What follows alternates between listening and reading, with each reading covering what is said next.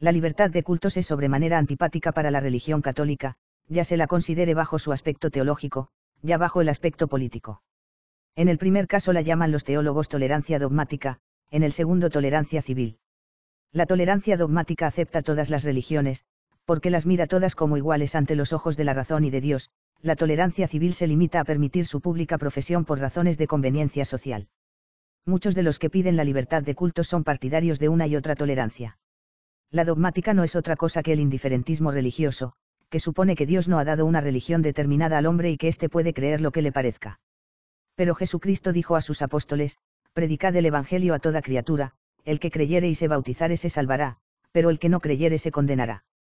Luego no hay más que una religión verdadera, y los hombres tienen obligación estricta e imprescindible necesidad de profesarla.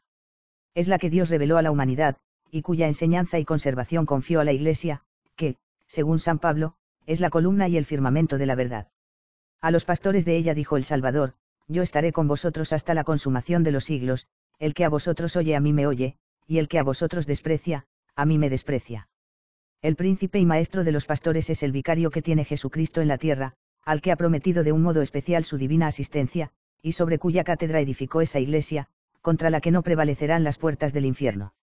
Oigamos ahora lo que nos dicen los sumos pontífices sobre el indiferentismo religioso o la tolerancia dogmática de todas las creencias. El penúltimo Papa, Gregorio XVI, se expresa en estos términos en la encíclica Miraribus, de 15 de agosto de 1832. Ahora tenemos que buscar otra causa de los males de que con dolor vemos afligida hoy a la Iglesia. Hablamos del indiferentismo, es decir, de ese sistema depravado que por la astucia de los malos trata de penetrar en todas partes y enseña que la salvación eterna puede conseguirse en todas las creencias religiosas, con tal que las costumbres sean buenas y la conducta honrada. Pero fácil os es, venerables hermanos, en una cuestión en que tan notoria y evidente es la verdad, ahuyentar este error pernicioso de los pueblos encomendados a vuestro cuidado. Cuando el apóstol nos declara que no hay más que un Dios, una fe, un bautismo, deben temblar los que osan defender que toda religión puede abrir las puertas de la eterna bienaventuranza. Sepan que por testimonio del mismo Salvador el que no está con Jesucristo está contra él, el que no recoge con él, esparce, y que sin duda ninguna perecerán eternamente los que no se adhieran a la fe católica o no la conserven íntegra y pura. Oigan a San Jerónimo, el cual en un tiempo en que la Iglesia estaba dividida por el cisma, respondía invariablemente a todos los que querían atraerle a su partido: yo estoy con todo el que se mantiene unido a la cátedra de Pedro. EP 58. Nadie confíe en que ha sido regenerado en el bautismo como los verdaderos fieles, porque San Agustín le respondería muy bien: el sarmiento conserva su figura primitiva aun cuando está separado de la vid, pero ¿de qué le sirve esa figura si no se nutre ya de la savia del tronco? De este manantial impuro del indiferentismo ha salido ese otro error insensato, o más bien ese increíble delirio, que da a cada uno el derecho de reclamar la libertad de conciencia. Y esta perniciosa aberración es fomentada además por la absoluta y desmedida libertad de las opiniones, que por todas partes introduce la desolación en la Iglesia y el Estado con aplauso de muchos que osan sentar que de ahí resulta algún beneficio para la religión. Mas como dice San Agustín, qué peste más mortífera para el alma que la libertad del error. Porque una vez rotos los frenos que contienen a los hombres en el camino de la verdad, siendo inclinada de suyo su naturaleza a precipitarse en el mal, puede decirse que se abre entonces aquel pozo del abismo, Apac. 9, 3, de donde vio San Juan salir un humo que oscureció el sol y del centro del cual salían langostas para talar la tierra. Porque de ahí nacen los errores del entendimiento, la corrupción siempre creciente de la juventud, el desprecio de los pueblos a todo lo más sagrado que hay en las instituciones y las leyes, en una palabra, la plaga más terrible de la sociedad, pues la experiencia tiene demostrado desde la más remota antigüedad que las ciudades más florecientes por su riqueza, pujanza y gloria han hallado su ruina en la libertad excesiva de los sistemas, en la licencia de hablar y en el deseo inconsiderado de novedades. Véase ahora con qué energía condena Pío IX las aplicaciones que se hacen en el orden social del absurdo sistema de la indiferencia religiosa. Después de recordar al episcopado católico la solicitud con que había proscrito y anatematizado los errores de la época, se expresa así en la célebre encíclica Quanta Cura, de 8 de diciembre de 1864. Las cuales falsas y perversas opiniones tanto más deben detestarse, cuanto que tienden principalmente a entrabar y a desterrar aquella influencia saludable que la Iglesia católica, por institución y mandato de su divino autor, debe ejercer libremente hasta la consumación de los siglos, no menos para con cada uno de los hombres que para con las naciones, los pueblos y los sumos príncipes de ellos, y a destruir aquella mutua conformidad de consejo y concordia entre el sacerdocio y el imperio. Que tan provechosa y saludable fue siempre a la cosa así sagrada como civil. Porque bien sabéis, venerables hermanos, que en estos tiempos se encuentran muchos, que aplicando a la sociedad civil el impío y absurdo principio del naturalismo, como le llaman, se atreven a enseñar que la mejor forma de sociedad pública y el progreso civil exigen de todo punto que la sociedad humana sea constituida y gobernada sin miramiento ninguno a la religión como si ésta no existiese, o a lo menos sin hacer distinción alguna entre la religión verdadera y las falsas. Y en oposición con la doctrina de las sagradas letras, de la Iglesia y de los santos padres, no dudan afirmar que la mejor condición de una sociedad es aquella en que no se reconoce al poder el cargo de reprimir con penas establecidas a los transgresores de la religión católica, sino en cuanto así lo pida la paz pública. Con la cual, bajo todos aspectos falsa idea del gobierno social no temen fomentar la errónea opinión, perniciosísima a la Iglesia católica y a la salvación de las almas.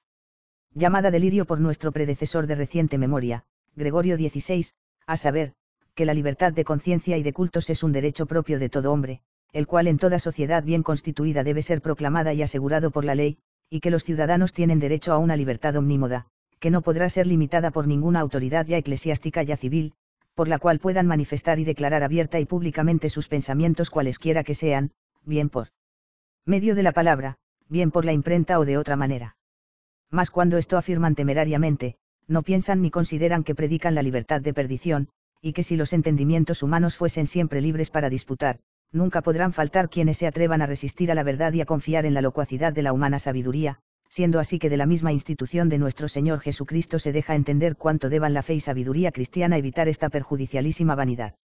En estas dos encíclicas los soberanos pontífices hablaban ex cátedra a toda la Iglesia, la que ha aceptado con profundo respeto su enseñanza, que es por lo mismo regla infalible de fe para todo católico.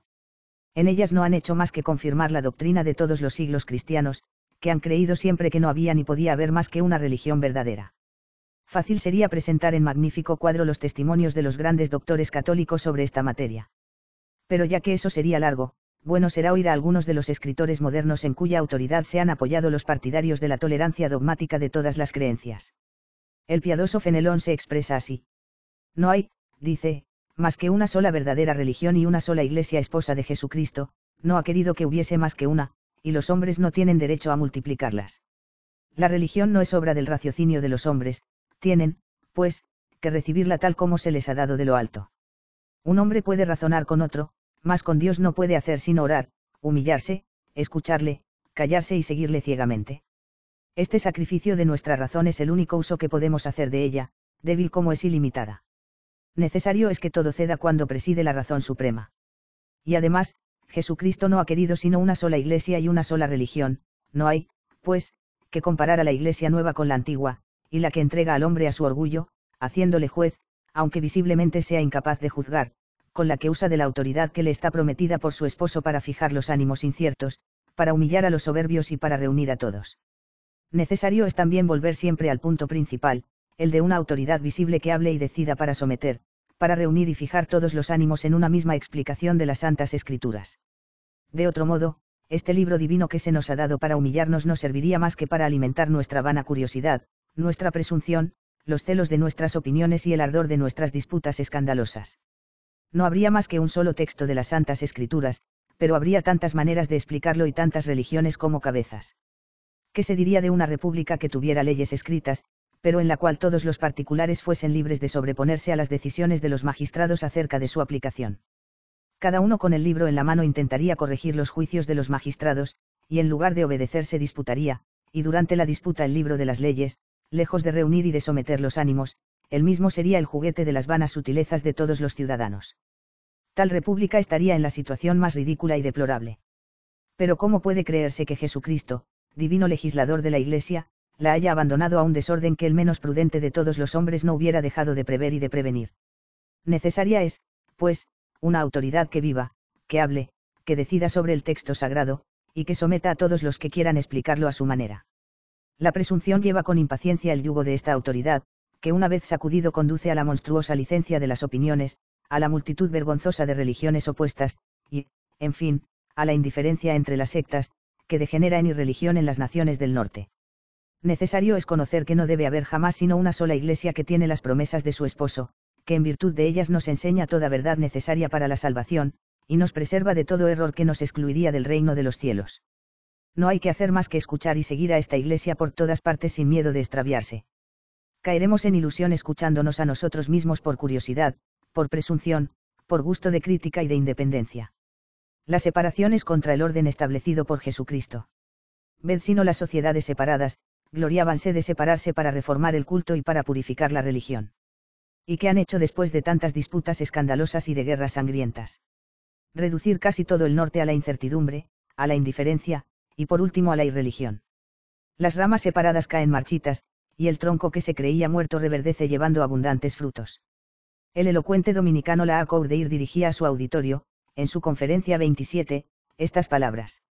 La religión es el comercio positivo eficaz del hombre con Dios.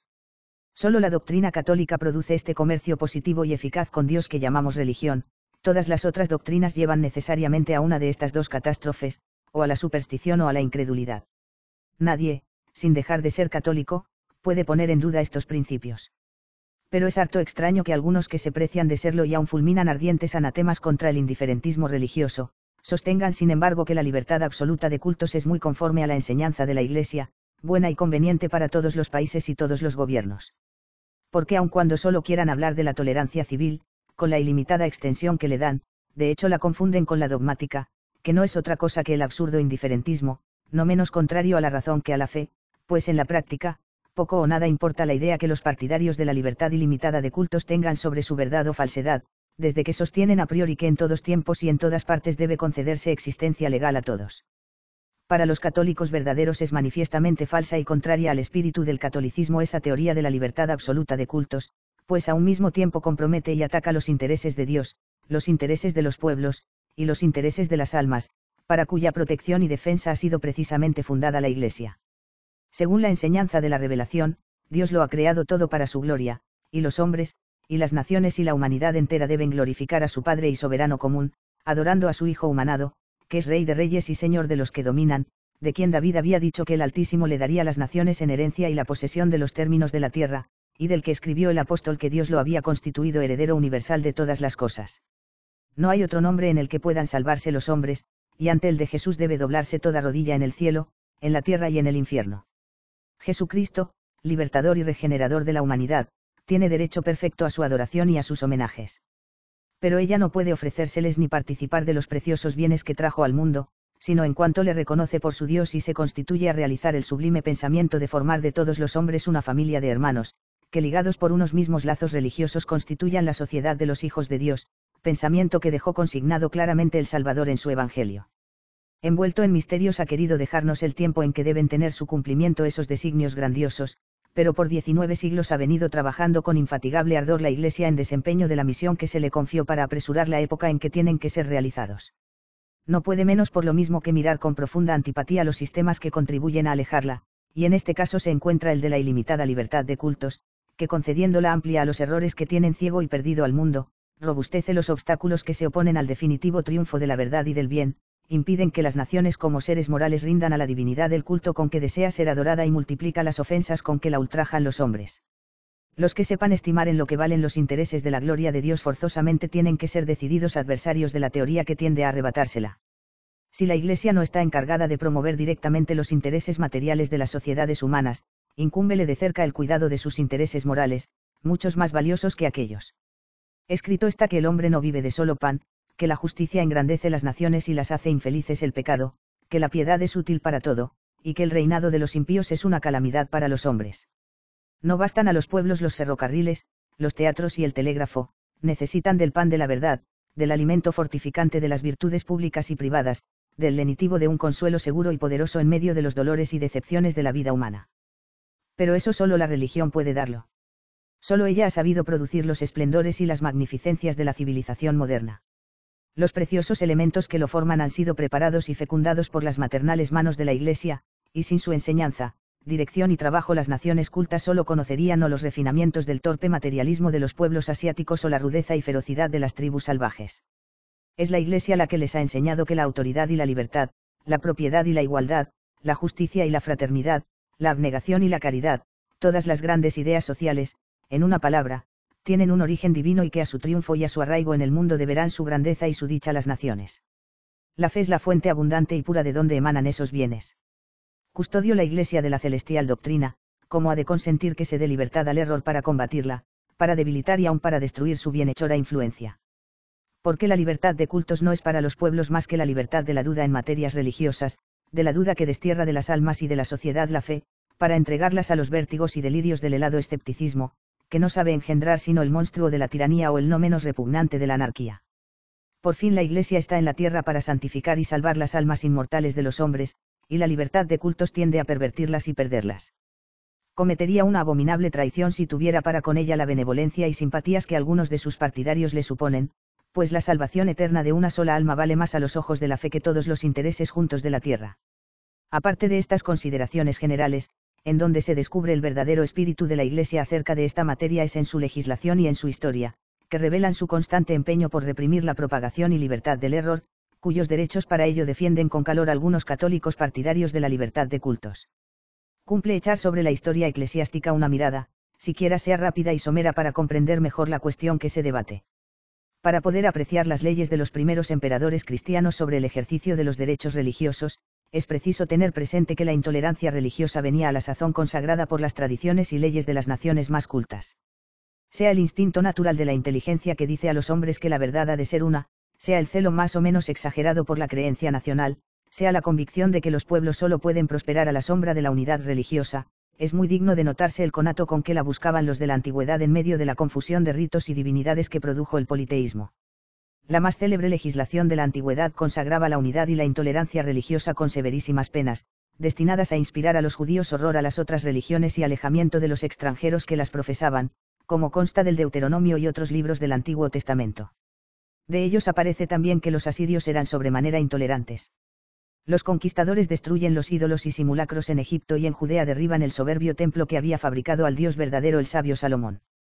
En el colmo de su grandeza y de su orgullo, Nabucodonosor hace arrojar a un horno encendido a los intrépidos mancebos israelitas que se niegan a adorar su estatua y envía con un numeroso ejército a Jaalafernis para que extermine a todos los dioses de las naciones subyugadas y le tributen culto a él solo. Recorriendo la historia de otras naciones el sabio Bergier hace las siguientes observaciones. Zoroastro, para establecer su religión, recorrió la Persia y las Indias a la cabeza de un ejército, y regó con torrentes de sangre lo que llamaba árbol de la ley.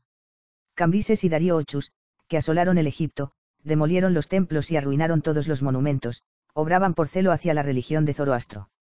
Los persas más de una vez corrieron el Asia Menor y la Grecia, quemaron los templos y despedazaron las estatuas de los dioses por el mismo motivo. Los griegos dejaron subsistir estas ruinas, a fin de excitar entre sus descendientes el resentimiento contra los persas. Alejandro no lo había olvidado cuando persiguió a los magos. Los antíocos quisieron destruir la religión para sujetar más eficazmente a los judíos, se sabe cuánta sangre derramaron en esta ocasión. Entre los griegos, el celo por la religión no fue menos vivo. Carondas, en sus leyes, coloca en la línea de los mayores crímenes el menosprecio de los dioses, y quiere que se delaten a los magistrados los que son de él culpables. Zaleuco, en el prólogo de las suyas, exige que cada ciudadano venere los dioses según los ritos de su patria, y considera estos ritos como los mejores. Platón en su libro X de las leyes, dice que es uno de los deberes de la legislación y magistratura, castigar a los que rehúsen creer en la divinidad según las leyes, y que en una ciudad ilustrada no se debe sufrir que uno blasfeme contra los dioses.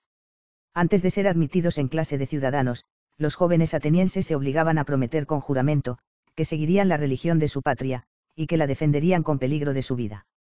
La condenación de Sócrates, acusado de impiedad, el peligro que corrieron Anaxágoras y Escipón, por haber dicho que el sol y Minerva no eran divinidades, el decreto de muerte publicado contra Alcibíades por haber blasfemado en la embriaguez contra los misterios de Ceres, el suplicio de muchos jóvenes que habían mutilado las estatuas de Mercurio, la cabeza de Diágoras puesta a precio por causa de ateísmo, Teodoro condenado a muerte por el Areópago por el mismo delito, y Pitágoras obligado a huir. Para evitar la misma suerte, prueban bastante que los atenienses no eran muy tolerantes en materia de religión. Aspasia, acusada de impiedad, no se salvó más que por la elocuencia, las súplicas y las lágrimas de Pericles. Se hizo morir a una sacerdotisa, acusada de dar culto a dioses extraños, y quien hubiera intentado introducir una nueva creencia estaba amenazado con la misma pena. La guerra sagrada, emprendida para vengar una profanación, duró 10 años completos y causó todos los desórdenes de las guerras civiles. Encontramos más tolerancia entre los romanos. Una ley de las 12 tablas prohibía introducir dioses y cultos extraños sin consentimiento de los magistrados. Cicerón hizo la misma prohibición en un proyecto de ley, consideró como un crimen capital el rehusar obedecer a los decretos de los pontífices y de los adivinos, e hizo subir esta disciplina hasta Numa. En su arenga por Sestio, pone la religión, las ceremonias, los presagios y las costumbres antiguas en el rango de las cosas que los jefes de la República deben mantener y hacer observar también, bajo las mismas penas capitales. En Dian Casio, Mecenas aconseja a Augusto que reprima toda innovación en materia de religión, no solamente por el respeto hacia los dioses, sino también porque esta temeridad podía producir turbulencias y sediciones en una monarquía. La práctica era conforme a estos principios. Muchos cónsules fueron castigados, y otros condenados a muerte por haber menospreciado los presagios y los agoreros. Una victoria no los ponía a cubierto del suplicio. El año 526 de Roma, se encargó a los ediles que cuidasen de que no se adorasen otros dioses que los antiguos y que no se introdujese ningún rito nuevo. El año 568 el cónsul Postumio hizo publicar de nuevo este antiguo decreto. El año 605 se arrasaron los templos de Isis y de Serapas, dioses egipcios. Un cónsul les dio el primer golpe, se echó de Roma a los que querían introducir el culto de Júpiter Sabacio. La misma severidad permanecía el año 704. En tiempo de Tiberio fueron desterrados los judíos de Italia, se les condenó a abandonar su religión o a ser reducidos a esclavitud, y los ritos egipcios fueron prohibidos. Los edictos publicados contra los cristianos bajo el imperio de Nerón y sus sucesores, eran una consecuencia de las leyes antiguas y del uso constantemente observado en Roma, y se sabe cuánta sangre hicieron correr los emperadores casi cerca de 300 años para exterminar el cristianismo. La misma política les hizo destruir en las Galias la religión de los antiguos druidas. Tomando en cuenta estas tendencias de las sociedades antiguas hacia la unidad religiosa y su severidad contra las creencias extrañas, no parecerá tan extraño que después del generoso edicto de tolerancia firmado en Milán en 313, el gran Constantino, desde que fue dueño absoluto del imperio, en 323, combatiese con tanta decisión el paganismo hasta entonces reinante, para acelerar el triunfo del cristianismo. Más fácilmente se comprende que prosiguiesen esta obra con ardor sus hijos Constante y Constancio.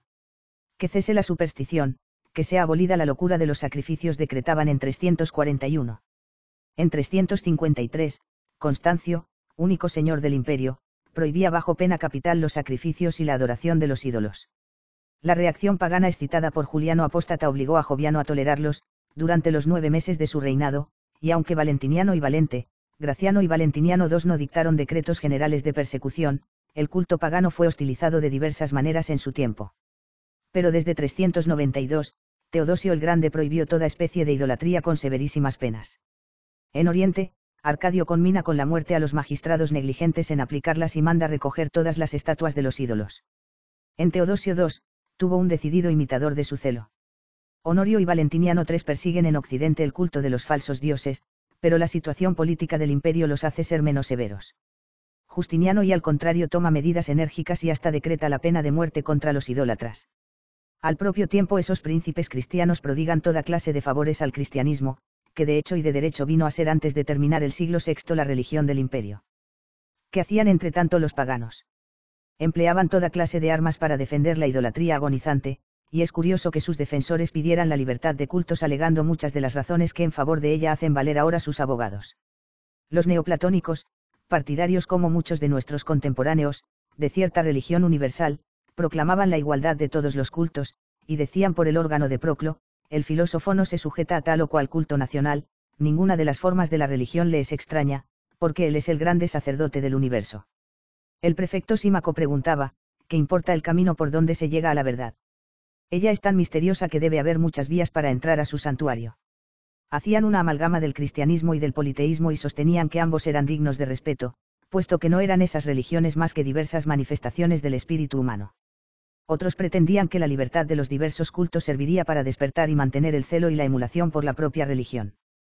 Teniendo muy a mal que Justiniano hubiera hecho cerrar las escuelas paganas de Atenas y obligado a los filósofos a irse a Persia para enseñar libremente su doctrina, decían a los cristianos por boca de Libanio, la religión es por su naturaleza contraria a la violencia, busca la convicción y le repugna la fuerza.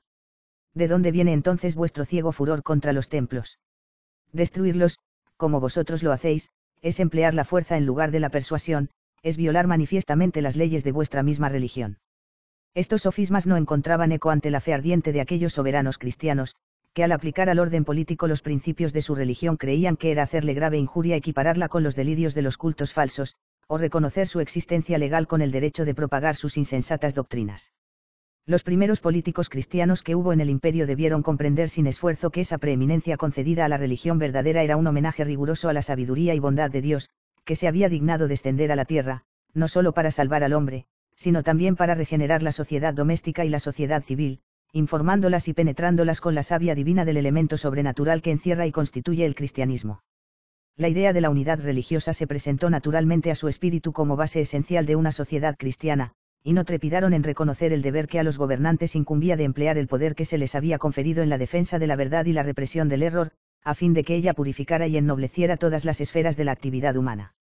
Por este motivo no se limitaron los emperadores cristianos a prohibir la propagación de la idolatría, sino que tomaron medidas severas contra las herejías que aspiraban a disputar su predominio a la Iglesia y religión verdadera. Constantino toleró al principio a los herejes, pero convencido que esa moderación solo había servido para hacerlos insolentes y facilitarles la propagación de sus errores, prohibió sus reuniones, y les quitó sus templos y oratorios. La audacia y violencias de los donatistas obligaron al gobierno imperial a tomar contra ellos medidas severas. Teodosio fue tolerante con los herejes pacíficos, y reprimió con energía a los que turbaban con sus novedades la tranquilidad pública, como los arrianos y maniqueos. A los primeros los privó del derecho de reunirse, aun en casas particulares, de la facultad de testar, de recibir nada por donación o testamento, y en atención a las prácticas inmorales a que se entregaban los segundos, conminó con la muerte a los que abrazaran su secta. Su hijo Honorio fue más lejos, y declaró reos de pena capital a los que osaran alterar la fe. En 523, Justino desterró a los maniqueos, condenando a muerte a los que aparecieron más tarde, y excluyó en general a los herejes de todo servicio público en el palacio y el ejército. En 530, obligó Justiniano a todos los magistrados a jurar cuando tomaban posesión de sus cargos, que estaban en la comunión de la Iglesia católica y que no permitieran que se pusiera obstáculo a los decretos de los concilios. Aunque no quitó a los arrianos las iglesias de que estaban en posesión por temor de que los godos inficionados con ese error usaran de represalias en Italia, de la que estaban adueñados, como ya había amenazado hacerlo Teodorico a Justino, con todo a ellos y a todos los herejes les quitó el ejercicio del culto público. Desde el siglo VII las leyes contra los enemigos de la religión nacional se resienten de la dureza de las costumbres y de la exageración de las ideas dominantes. Los herejes contumaces fueron tratados con crueldad y frecuentemente quemados vivos. Esta bárbara costumbre pasó del Oriente al Occidente, y se hizo casi general en Europa durante la Edad Media. Se creía entonces que el que era convencido de propagar doctrinas heréticas, si se negaba a abjurarla, debía ser quemado vivo a la vista del pueblo, para que concibiendo un saludable temor fuese más respetada la religión del Estado. ¿Qué hacía y cómo miraba la Iglesia las medidas de los gobiernos contra los herejes? Por una parte reprobaba muchas veces la excesiva dureza con que se les trataba, pero proclamaba por otra la necesidad de refrenarlos para que no pervirtieran la fe de los pueblos con la propagación de sus errores. San Agustín decía en su tiempo de ciertos herejes: deseamos que sean corregidos, pero no entregados a la muerte, que no se desprecie para con ellos una represión disciplinar, pero también que no se les entregue a los suplicios que han merecido. San Juan Crisóstomo, exponiendo un pasaje del Evangelio, escribía: Jesucristo no prohíbe el que se reprima a los herejes, que se les cierre la boca, se les impida hablar, que se disuelvan sus asambleas y se proscriban sus sectas, pero Jesucristo prohíbe matarlos. Las ideas cristianas habían consagrado dos máximas importantes en la legislación criminal. La primera es que el que violaba la religión establecida, pecaba contra el orden público. La segunda era que los magistrados y gobernantes cristianos eran ministros de Dios para el bien en la sociedad civil. Conforme a estos principios la Iglesia pedía frecuentemente la represión de los que turbaban la paz. En 341, un concilio de Antioquía decidía que el cismático que una vez depuesto continuara perturbando la Iglesia, debía ser reprimido por la autoridad secular como sedicioso. En 450, consultó Turbiniano, obispo de Astorga, la conducta que debía observar con los priscilianistas que habían vuelto a aparecer en España, y el Papa S. León le contestó: con harta razón se apresuraron nuestros mayores a desterrar de todas partes a los sectarios de esa malhadada herejía, haciéndoles sentir los príncipes la espada de las leyes públicas, porque sabían que el permitir a esos hombres profesar sus dogmas impíos, sería ahuyentar toda virtud, romper el sagrado lazo del matrimonio, conculcar todo derecho divino y humano. Esta severidad fue provechosa a la lenidad eclesiástica, que aunque sea enemiga de toda venganza sanguinaria, conviene que sea ayudada por las leyes severas de los príncipes cristianos, porque el temor del suplicio corporal obliga algunas veces a recurrir al remedio espiritual. Hacia mediados del siglo VI escribía al Papa Pelagio y Ana Arsas para quitarle los escrúpulos que tenía de tratar con severidad a los cismáticos y perturbadores del Quinto Concilio: no hagáis caso de los vanos discursos de los que llaman persecución la conducta de la Iglesia cuando corrige a los malos y les impide que pierdan a los buenos. No se persigue sino cuando el rigor traspasa los justos límites y tiende a hacer mal; de otra suerte, habría que abolir todas las leyes divinas y humanas que infligen penas a los crímenes. Que el cisma sea un mal y que deba ser reprimido, aun por la autoridad secular, lo enseñan la escritura y los cánones. San Gregorio Magno no quería que se empleara la violencia para hacer abrazar la fe a los infieles y judíos, y sin embargo escribía a Genadio, exarca de África, que como vigilante soldado del Altísimo defendiese al pueblo cristiano contra los herejes, porque he sabido, le decía, que cuando encuentran facilidad para hacer daño, se levantan con fuerza contra la fe católica, para derramar, si lo pudieran, sobre todos los miembros del cuerpo cristiano, el veneno de la herejía. Pero que vuestra eminencia reprima sus esfuerzos obligándolos a doblar la cabeza debajo del yugo de la justicia. Y al emperador Mauricio le escribía, el poder se os ha concedido, para que sean ayudados los buenos, que de expedito el camino del cielo y el reino terreno sirva al reino celestial. Siendo, como era, la unidad religiosa asunto de la más alta valía para los pueblos cristianos, que estaban por otra parte persuadidos de la indeclinable obligación y necesidad de que el poder espiritual y el temporal vivieran en perfecta concordia y se ayudaran mutuamente, se concibe sin dificultad que la herejía fuera reputada hasta el advenimiento del protestantismo como delito religioso y político a la vez, y que interviniera una y otra autoridad por lo mismo en su represión y castigo. Tocando a la Iglesia, como juez de las cuestiones dogmáticas, el esclarecimiento, calificación y la pena espiritual del crimen, e imponiendo la temporal el poder civil. De aquí es que el Concilio Lateranense III, al condenar en 1179 a los valdenses y los albigenses, renueva con el concurso de los príncipes cristianos las disposiciones del derecho romano contra los herejes, pero distinguiendo las penas espirituales que impone la Iglesia de las temporales que imponen los soberanos. En 1215 decían los 1200 obispos reunidos en el Concilio Lateranense IV por el grande Inocencio III, mandamos que los herejes, después de haber sido condenados, sean entregados a los poderes seculares, o a los jueces ordinarios para que sean castigados como merecen. Esto era conforme a la máxima de San León, la Iglesia se contenta con pronunciar penas espirituales por boca de sus ministros, y no hace ejecuciones sangrientas. Obedeciendo al mismo espíritu, en amparo de la unidad religiosa y de la fe de sus hijos, instituyó la Iglesia en el siglo XII el tribunal que debía encargarse de la represión de la herejía, el que es muy diverso de la Inquisición española de fecha posterior, que fue un tribunal mixto, y cuyos excesos reprobó enérgicamente la Santa Sede. El Concilio III de Letrán había dicho, aunque la Iglesia tenga horror a la sangre, es muchas veces útil al alma del hombre hacerle temer los castigos corporales, y como los herejes no se ocultan, sino que enseñan públicamente sus errores y seducen a los sencillos y a los débiles, y ejecutan además crueldades inauditas contra los católicos y no perdonan ni las iglesias, ni las viudas, ni los huérfanos, el concilio fulmina excomunión contra ellos y sus fautores. Queda prohibido todo trato y comunicación con ellos, y se concede una indulgencia de 2 años a los que les hicieron la guerra. En cumplimiento de este canon el concilio de Verona, presidido por el Papa Lucio III, al que asistió el emperador Federico I, ordenó en 1184 que los obispos sometiesen a juicio a los que por la voz pública o indicios particulares fuesen sospechosos de herejía, para que calificado el delito, se impusiera al convicto la pena espiritual correspondiente y se entregara enseguida al brazo secular. El sanguinario fanatismo de los herejes obligó a Inocencio III a tomar, contra su voluntad, medidas más severas en el Cuarto Concilio de Letrán, y en 1229 en el pontificado de Gregorio IX, y en el Concilio de Tolosa, se acabó de organizar la Inquisición episcopal, que fue elevada al rango de tribunal ordinario. Tan general era en la Edad Media la idea de que era más grave delito ofender a Dios que a los príncipes, y que por lo mismo debía reprimirse vigorosamente a los herejes, que los mismos soberanos pedían o establecían la Inquisición en sus estados. Así vemos que en 1255 rogó San Luis al Papa Alejandro IV que se estableciesen los inquisidores de la fe en Francia. Hacia la misma época el Senado de Venecia nombró espontáneamente y de propia autoridad algunos inquisidores laicos para la conservación de la fe, encargando al patriarca de Grado y a otros obispos venecianos que juzgaran la cuestión de doctrina, reservándose el derecho de pronunciar la sentencia de muerte contra los convencidos de herejía. En 1449, Alfonso, rey de Aragón, solicitó de Martino V que hiciera extensiva la Inquisición al reino de Valencia. Y de esta manera se concibe no solo que la estableciera el religioso Raimundo VII en el condado de Tolosa, sino que hiciera aplicar rigorosamente las penas contra los herejes un soberano tan poco favorable al clero como Federico II, y que el mismo celo mostrara en 1400 el Parlamento que estableció el Tribunal Eclesiástico en Inglaterra, que el Papa Juan XXI y que en 1318 lo introdujo en Polonia. El carácter turbulento de las sectas que precedieron al protestantismo contribuyó a justificar la severidad con que fueron tratadas, y no hizo sino robustecer en Europa las antiguas tradiciones sobre la necesidad y ventajas de la unidad religiosa. La misma reforma protestante, que vino a combatirla, tuvo que ser inconsecuente con los principios de libertad ilimitada que proclamaba, y predicó y practicó una despiadada intolerancia contra sus adversarios. La teoría de la libertad absoluta de cultos fue completamente desconocida en el siglo XVI, y las mismas leyes o medidas políticas de los países católicos y protestantes tenían por objeto afianzar la preeminencia de la religión que creían verdadera.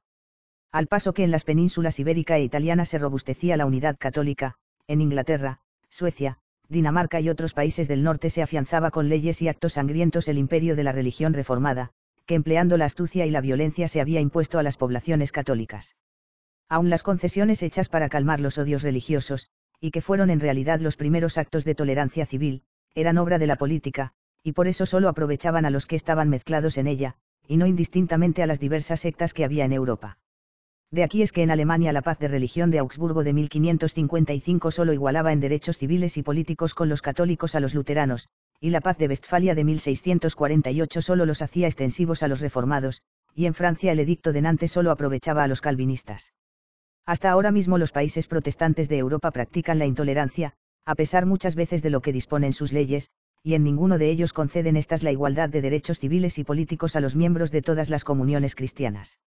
Sus más grandes hombres reconocen la necesidad de impedir la propagación de ciertas máximas, y el gran Leibniz ha escrito estas palabras: no debe extenderse la tolerancia a las opiniones que enseñan crímenes que no se deben sufrir, y que es preciso reprimir por las vías de rigor.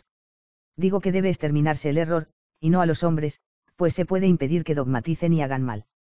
Si la fuerza de la verdad ha obligado a los disidentes a poner tantas cortapisas al derecho de creer y obrar libremente en asuntos de religión, que es el gran dogma y la esencia misma del protestantismo, nada más fácil de comprender que la Iglesia católica haya sido fiel en los tiempos modernos a su antigua enseñanza, y que, a pesar de las dificultades que le han creado sus enemigos, esté inculcando en el siglo XIX la necesidad de que los gobiernos impidan la propagación del error, y protejan la difusión de la verdad, conforme a la doctrina que desde los primeros siglos proclamaron sus más grandes doctores. La de la Iglesia puede decirse que está encerrada en la epístola 185 del más profundo de sus filósofos, el incomparable obispo de Hipona. El noble corazón del ilustre doctor se resistía, en los primeros tiempos de su conversión, a reconocer la necesidad de que se protegiera la unidad religiosa con el poder de la ley, y aun temía que su protección solo sirviera para obtener conversiones fingidas. Pero cuando acabó de conocer a los herejes y estudió más a fondo las necesidades sociales, creyó que no solo era provechosa sino necesaria la represión externa del error. Las leyes penales de los príncipes desarraigan la herejía, decía, hacen conocer la verdad, convierten ciudades enteras, impiden que el error contamine las generaciones venideras, contribuyen poderosamente a que los hombres piensen en su salvación, al mismo tiempo que contienen a los malos, reprimen sus excesos y violencias contra los católicos. Si la Iglesia no recurriese al poder civil para asegurar la integridad de la fe con la sanción de penas temporales, no practicaría una paciencia digna de elogio, sino que caería en una negligencia digna de censura. Mientras más alto hablan los partidarios de la tolerancia y libertad absoluta de cultos, más enérgicamente recomienda la Iglesia a los gobiernos que repriman y no permitan la propagación del error, que defiendan y protejan la religión verdadera. Este es el espíritu que anima todos los actos públicos de la Santa Sede sobre esta materia, y no hay uno solo por el que haya concedido libertad civil de cultos a ningún pueblo, ni ninguno que revele simpatía ni siquiera indiferencia para con dicha libertad, que los sumos pontífices han procurado siempre alejar en cuanto era posible. De ello dan especialmente testimonio los diversos concordatos que ha celebrado la Silla Apostólica, así con las naciones que admiten como con las que no reconocen la libertad civil de cultos.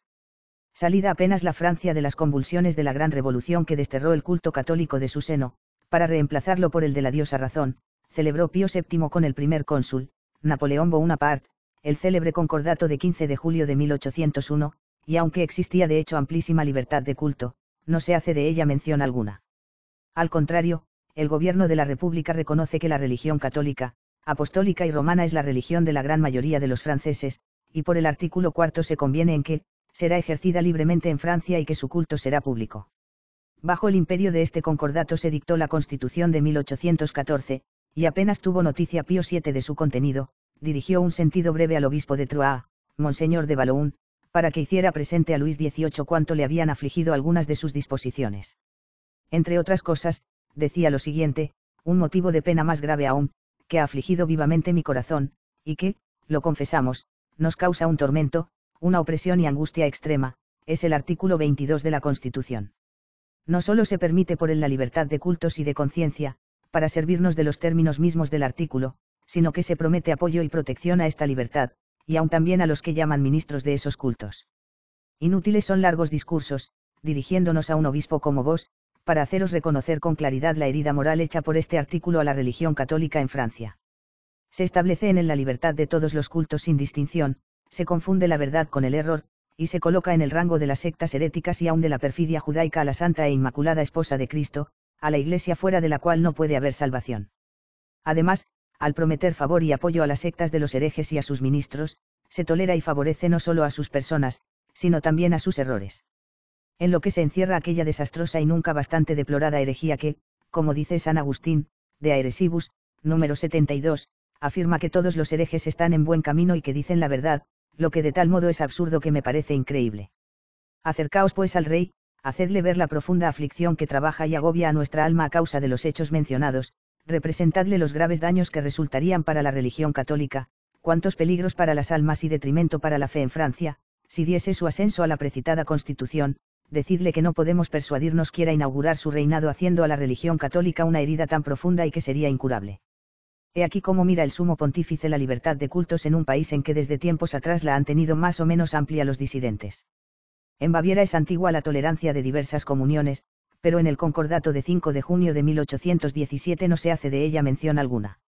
Además, por el artículo 4 se reconocen a la Iglesia Católica los derechos y prerrogativas de que debe gozar según el derecho divino y los principios canónicos, por el 9 se dota el clero, por el 12 se garantiza a los obispos el libre ejercicio de su ministerio, por el 13 se les concede el derecho de pedir al gobierno que censure los escritos contrarios a la Iglesia, y por el 14 se les asegura la protección del brazo secular contra toda violencia. También hay tolerancia de cultos en Austria y no la reconoce el Concordato de 25 de septiembre de 1855, que declara que se conservará siempre incólume en el imperio la religión católica, con todos los derechos y preeminencias que le corresponden según la ley de Dios y los cánones, que gozarán de perfecta libertad y de la necesaria protección en el ejercicio de sus funciones sus ministros, y que no permitirá el gobierno que de palabra o por escrito sean atacadas la fe, liturgia e instituciones de la Iglesia. En los países en que de hecho existía la unidad católica, los sumos pontífices han cuidado de asegurarla, ya haciéndola reconocer expresamente en los concordatos, ya protestando con energía cuando se atentaba contra ella. Lo primero aparece del concordato con Nápoles de 16 de febrero de 1818, del celebrado con España en 1854, con el Ecuador en 1862 y de los estipulados con las repúblicas de Centroamérica. Lo segundo consta especialmente de las enérgicas reclamaciones de la Silla Apostólica contra los gobiernos de la Nueva Granada y México, que contrariando la voluntad de los pueblos decretaron la libertad de cultos, las que son muy instructivas para nosotros. En la alocución de 27 de septiembre de 1852, ante el consistorio secreto, presentaba Pío IX un vivo cuadro de los atentados de que hasta entonces había sido blanco la Iglesia Católica en la desgraciada República de la Nueva Granada, y hace especial mención de la disposición que autorizaba a los emigrados para ejercer públicamente su propio culto, y concluye alzando su voz paternal para que los católicos de aquel país y todo el mundo sepan cuán enérgicamente reprueba la Santa Sede todo lo que el gobierno neogranadino ha hecho contra la religión, la Iglesia, sus leyes, sus pastores, sus ministros y cómo lo condena y anula todo. El 15 de diciembre de 1856 dirige el vicario de Cristo la palabra al consistorio secreto para deplorar los males de la Iglesia en la infortunada República de México, en la que, como en Nueva Granada, los radicales, a nombre de la libertad y del progreso, han conculcado los derechos más sagrados y los principios vitales sobre que descansan las sociedades cristianas.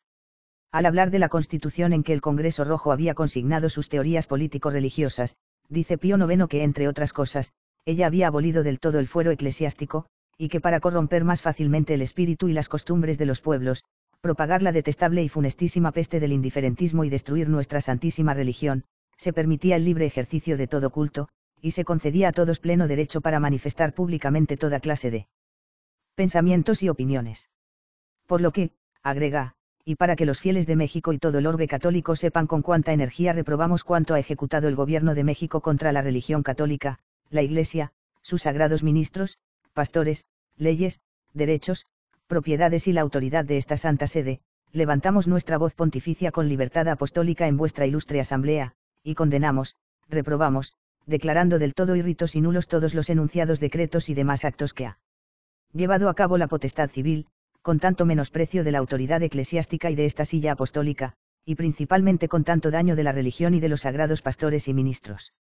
En la carta que dirigió Pío IX a Maximiliano el 18 de octubre de 1864, le decía: VM sabe muy bien que para reparar eficazmente los males ocasionados por la revolución y hacer que goce de nuevo días más felices la Iglesia, es menester ante todo que la religión católica, con exclusión de todo culto disidente, continúe siendo la gloria y el sostén de la nación mexicana, que los obispos estén enteramente libres en el ejercicio de su ministerio pastoral, que las órdenes religiosas sean establecidas y reorganizadas en conformidad con los poderes e instrucciones que hemos dado. Que el patrimonio de la Iglesia y los derechos que le son inherentes sean garantizados y protegidos, que nadie obtenga la facultad de enseñar y publicar máximas falsas y subversivas, que la enseñanza, tanto pública como privada, sea dirigida y vigilada por la autoridad eclesiástica, y que, en fin, sean rotas las cadenas que hasta ahora han tenido a la Iglesia bajo la dependencia y arbitrariedad del gobierno civil. Si el edificio religioso llega a ser restablecido sobre tales bases, como no queremos dudarlo, VM dará razón a una de las mayores necesidades, a una de las más vivas aspiraciones del pueblo tan religioso de México, calmará nuestras ansiedades y las de ese ilustre episcopado, abrirá el camino a la educación de un pueblo sabio y celoso, así como a la reforma moral de sus súbditos, dará además un ejemplo patente a los demás gobiernos de las repúblicas americanas, donde semejantes pero muy lamentables vicisitudes han afligido a la Iglesia, en fin, trabajará eficazmente, sin duda alguna, por la constitución de su propio trono, y por la gloria y prosperidad de su familia imperial. No contento el soberano pontífice con estas declaraciones tan solemnes de la doctrina católica sobre la libertad civil de cultos, las que ha pronunciado ex cátedra y obligan por lo mismo a toda la Iglesia, ha querido para mayor conocimiento de los fieles que se les presente la enseñanza católica, contenida en sus alocuciones, en breves sentencias. De aquí las proposiciones 77, 78 y 79 del Syllabus, que mandó formar y remitir a todos los obispos el sumo pontífice, para que con mayor comodidad pudieran instruir a sus diocesanos. Las proposiciones condenadas dicen así. 77. En estos nuestros tiempos ya no conviene que la religión católica sea tenida como la única religión del Estado con exclusión de todos los demás cultos. 78. Por eso, en ciertos países que llevan el nombre de católicos se ha prevenido tan sabiamente por una ley que los hombres que a ellos inmigran puedan ejercer libremente el culto propio de cada uno. 79. Porque a la verdad es falso que la libertad civil de todo culto y además la plena facultad concedida a todos de manifestar abierta y públicamente cualesquiera opiniones y pensamientos conduzcan a corromper más fácilmente las costumbres e inteligencias de los pueblos y a propagar la peste del indiferentismo. ¿Qué duda puede abrigar ahora un católico sobre la doctrina de la Iglesia en esta materia? No es cierto que la libertad civil de cultos le es sobremanera antipática y que está expresamente condenada en el sentido absoluto y general en el que muchos de sus partidarios la sostienen. Será buena para todos los países y todos los tiempos. Pero alegan sus defensores que en las proposiciones condenadas, solo ha condenado el Papa el indiferentismo religioso, como lo asegura Monseñor Dupanloup en el párrafo B de la Convención del 15 de septiembre y la encíclica del 8 de diciembre, y como se infiere también del significativo hecho de que en Roma mismo hay libertad de cultos. Mucho se ha jugado en Chile con el nombre del elocuente obispo de Orleans, al que se le ha hecho decir lo que no ha pensando, porque se han presentado mutilados sus conceptos. Dice sin duda que en las proposiciones condenadas se condena principalmente el indiferentismo, pues esto es lo que condena ante todo la proposición 79, que fue la que más alarma causó en Francia, porque temían algunos que envolviera una condenación absoluta de la libertad civil de cultos, que existe ahí como en otras naciones europeas, alarmas que eran exageradas y que Monseñor Dupanloup se propuso calmar, diciendo con razón que, jamás los papas han condenado a los gobiernos que han creído deber consignar, según las necesidades de los tiempos, en sus constituciones esta tolerancia, esta libertad. El error es el que debe considerarse como un mal, y no la ley que con buena intención tolera el error. Más adelante, sin embargo, dice el mismo señor Dupanloup. Pero hay gentes, que llevando demasiado adelante estos principios, querrían hacer de la libertad ilimitada de cultos el ideal universal, absoluto y obligatorio de todo siglo, de toda nación e imponer a todas, aun al mismo Papa y a la Iglesia, la anarquía de las inteligencias y la multiplicación de las sectas como el mejor estado de la sociedad, como el verdadero optimismo religioso y social. Pues bien, no. El Papa no cree que semejante ideal sea el mejor, tiene para él y para la Iglesia otro ideal, y no es necesario exigirles que transformen en verdades absolutas necesidades relativas, que erijan en principios dogmáticos hechos lamentables y divisiones desgraciadas pero toleradas. No, el ideal del Papa y de la Iglesia no es la anarquía, es la armonía de las inteligencias, no es la división, es la unidad de las almas. El ideal de la Iglesia y del Papa, es la admirable palabra de Jesucristo, que sean uno. Y unam sint.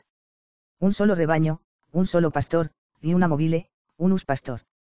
La unidad de las almas en la verdad, y la unidad de los corazones en el amor, he aquí el ideal del Papa y de la Iglesia. Y me atrevo a agregar, en honor de muchos de mis contemporáneos, que de esas aspiraciones de la Iglesia participan, aun entre nuestros hermanos separados, los más nobles talentos y las más grandes y mejores almas. Están cansados de la división, no ven salir de ella otra cosa que la esterilidad y la guerra. Están cansados de esta anarquía, que es el más activo disolvente de toda fe, de toda creencia religiosa, y también la causa de nuestra debilidad y de nuestra impotencia para convertir a la verdad, a la virtud, a la civilización cristiana a tantas naciones todavía idólatras.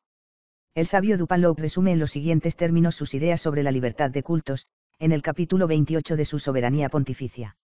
1. Como ministros de la Iglesia, estamos obligados a enseñar en alta voz que el Evangelio es la verdad, el reino de los cielos, la salvación eterna. Tal es la obligación, el derecho, el significado, el objeto de un ministerio a que estamos consagrados por nuestra vocación, por nuestras convicciones y por nuestra fe. Agregaré también, ese es, además, el interés del género humano. La humanidad necesita, en sus tinieblas, de una luz, en sus pasiones de una regla, en sus agitaciones de un reposo, que no podría encontrar en afirmaciones controvertibles. Pues, como se ha dicho profundamente, el hombre no ha menester de maestros para dudar. Él nos pide para su conducta y nosotros debemos darle para su salvación la respuesta afirmativa que encontramos en nuestra fe y nuestro corazón. Bajo el punto de vista religioso y dogmático, somos, pues, y debemos ser absolutos y exclusivistas en la verdad. 2. Pero ¿cuál es el mejor medio de hacer aceptar a los hombres la verdad? La respuesta de esta segunda cuestión no depende ya solamente de la naturaleza de la verdad, sino también de la naturaleza de los hombres y condición de los espíritus. Porque Dios ha hecho libre y noble el alma. Designio grandioso, obra divina. Dios lo ha hecho así, porque no le convenía el ser servido maquinalmente por el hombre, como por un esclavo imbécil, sin libertad, sin mérito, sin virtud y sin gloria. El mejor medio de atraer a los hombres a la verdad es, entonces, la abnegación, el celo, el amor, en una palabra, la persuasión caritativa y espontánea. 3. Hay, en fin, una tercera cuestión, en presencia de la diversidad de cultos, ¿cuál es el mejor medio de conservar la paz en la sociedad? Yo estimo como el más feliz al pueblo que no tiene sino un corazón y un alma, en la libre práctica y profesión de una misma fe, de una misma esperanza y de un mismo amor. Pero, cuando esta felicidad ya no es posible, aun cuando conozco los peligros de la controversia para los espíritus débiles, confieso que, aun para ellos, no temo tanto la discusión como la tiranía, porque creo que la verdad y la caridad son bastante fuertes y bastante hermosas para triunfar en la controversia, y que la tiranía es bastante odiosa para hacer odiosa la verdad misma, lo que es, a mis ojos, la mayor de las desgracias. De estas palabras, se infiere claramente cuán lejos está el ilustre Dupanloup de pedir la libertad de cultos para todos los países. Para él, el tipo ideal de la sociedad humana no es la diversidad, sino la unidad de creencias, y, cuando la diversidad existe de hecho, solo quiere la libertad con sus peligros, para que no sea esclavizada la verdad con el exclusivo predominio de una religión determinada. Pero es claro que ese peligro no existe cuando impera, como en Chile, la religión, a que Dupanloup mira vinculadas la verdad y la dicha de los hombres. Los partidarios de la libertad de cultos sostienen que, en Chile, no ofrece inconvenientes, aun cuando de hecho gocemos del inapreciable beneficio de la unidad católica, y el obispo de Orleans cree que aquella encierra un oscuro problema en donde existe diversidad de creencias. Después de las palabras que anteceden, cierra el capítulo con estas. La cuestión práctica es, algunas veces, muy difícil. Yo lo comprendo. Pero, en todo caso, me atengo a la palabra de San Atanasio y de San Hilario, y repito con ellos, Dios no quiere una confesión forzada, a las almas no se persuaid con la espada. De suerte que, después de todo, lo que únicamente pide Dupanloup es que no se oprima la conciencia ni se impongan convicciones religiosas por la fuerza. Esta es la verdadera tolerancia que aconsejan la razón y el Evangelio, y la de que precisamente gozan, en Chile, en toda su latitud, los que no profesan la religión del Estado. Es evidente por lo expuesto que en Chile habría hecho Monseñor Dupanloup la misma aplicación que hacen nuestros obispos de las doctrinas de Pío IX sobre la libertad de cultos. Se habla, como de cosa incuestionable, de la libertad de cultos que existe en Roma. Mas nadie ha podido citar la ley o decreto pontificio que la establece. Los judíos y los protestantes practican privadamente su culto, aquellos bajo el ojo inmediato de la policía en el aislado recinto del gueto, y estos en un edificio común, situado fuera de la plaza del Papoulou, que es como si se dijera fuera de Roma. A este edificio se le ha dado un carácter público y se le ha asimilado con las iglesias católicas de la ciudad eterna. La autoridad que se ha aducido principalmente para probarlo es la guía inglesa de Mary, escrita por un protestante y para protestantes. Sin embargo, no se ha presentado íntegro el pasaje en que se trata de esto. Traducido todo fielmente dice así: English Church, el servicio divino según el rito de la Iglesia de Inglaterra se celebra todos los domingos a las 11 de la mañana y a las 3 de la tarde, y la comunión a las 9 de la mañana, en un extenso departamento, apartment, adecuado a este objeto, y que se encuentra del lado de afuera de la puerta del Papoulou. Todos los días ordinarios hay servicio de la mañana a las 10 de la mañana. La Iglesia es sostenida por contribuciones voluntarias, que se recogen en la residencia misma de aquellos concurrentes que dejan sus nombres en la Iglesia, sistema que debe preferirse al de exigir limosna en la puerta de la Iglesia. Según la costumbre adoptada en Florencia, unida a la Iglesia se encuentra una biblioteca de libros religiosos, que se distribuyen los domingos a aquellos suscriptores a la Iglesia que los piden. El clérigo residente es ahora el reverendo F. B. Woodward. La Iglesia permanece cerrada desde fines de junio hasta octubre. Los oficios divinos según el rito presbiteriano se celebran todos los domingos en la legación de los Estados Unidos, en el Palacio Braschi, en un extenso departamento, apartment, liberalmente preparado al efecto por el ministro norteamericano, y a donde se admiten a personas de cualquier país. Es notable en este fragmento de la guía, primero que la capilla anglicana pasa cerrada una parte considerable del año, lo que no prueba que sea muy regular y público el culto que se ofrece a Dios en ella, y que solo sirve para los extranjeros transeúntes. Segundo que el mismo autor protestante de la guía llama departamento al recinto en que se reúnen los anglicanos, y apellida con el propio nombre al que ofrece en su casa el ministro norteamericano a otros protestantes los días festivos, y esto en castellano no se puede llamar iglesia o capilla, sino meramente salón. Lo que viene a confirmar lo que se ha dicho sobre la ninguna necesidad que tienen los disidentes de templos públicos para su culto. Les bastan salas espaciosas, como las que les sirven para sus reuniones religiosas en los hoteles de Milán, Génova y otras ciudades de Italia, o cámaras cómodas, como las de los buques en que los capitanes ingleses suelen reunir los domingos a la tripulación para leer la Biblia. Pero dadas todas estas explicaciones, toca naturalmente preguntar qué hemos de pensar los católicos en Chile acerca de la libertad civil de cultos. Que es, en sí y siempre, una verdadera calamidad, pero que a veces se puede y aún conviene tolerar, para evitar mayores males. La libertad del error es para las almas como la medicina para los cuerpos, esta no la buscan ni aceptan los sanos, sino los enfermos, y únicamente en cuanto les es necesaria para no empeorar o recobrar la salud. Así las sociedades en que de hecho se han establecido diversas sectas, cuando no es dado extinguirlas, las toleran para que vivan en paz. Chile está muy lejos de hallarse en este caso, y sería por lo mismo locura imperdonable renunciar a los imponderables bienes que produce la unidad, para abrir nuestras puertas al error, que no nos traería sino calamidades y trastornos. Eso sería propiamente sembrar viento para cosechar tempestades. El sabio Muzzarelli resume en su disertación sobre la tolerancia la doctrina de los teólogos sobre la materia en los siguientes términos. Si el príncipe o el magistrado católico no puede estorbar la libertad de religiones sin gran desventaja del bien público, puede tolerarla como un mal menor para impedir otros mayores que podrían sobrevenir, así como se toleran las prostitutas públicas a fin de evitar mayores desórdenes. Pero la tolerancia que yo he sostenido y sostengo ser contraria a todos los derechos divinos y humanos, es la que no es necesaria, la que admite la libertad de religiones en un estado donde la dominante es la verdadera fe ortodoxa, que hace participar de los privilegios y de los empleos a los católicos, a los herejes y a los turcos, que bajo el pretexto de mayor aumento de población, de mayor progreso en el comercio, no se detienen en el escándalo y perversión de sus súbditos. Monseño Joaquín Larraín Gandarillas. Obispo de Martirópolis. Año 1865. Extracto del libro Discursos. En la Cámara de Diputados sobre la libertad de cultos.